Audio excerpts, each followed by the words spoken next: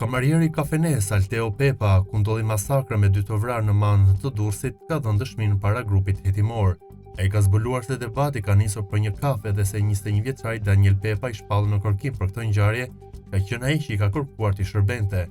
Sipas kamarierit, kur i ka thënë se ishte pamundur t'i shërbente kafen, Pepa e ka fyer rënd dhe ka ndërhyrë në atë moment Flori Paluçi për ta mbrojtur.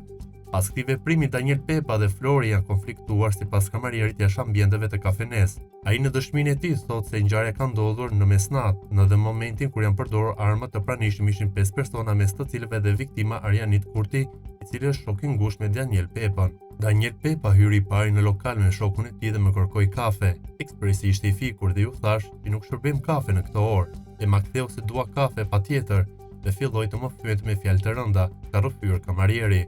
Motei ka thënë se nuk e ka vazhduar më bisedën. Të hyri Flori Paluçi për të më mbrojtur mua. Flori është banor i zonës dhe klienti i lokalit, pra e njoh.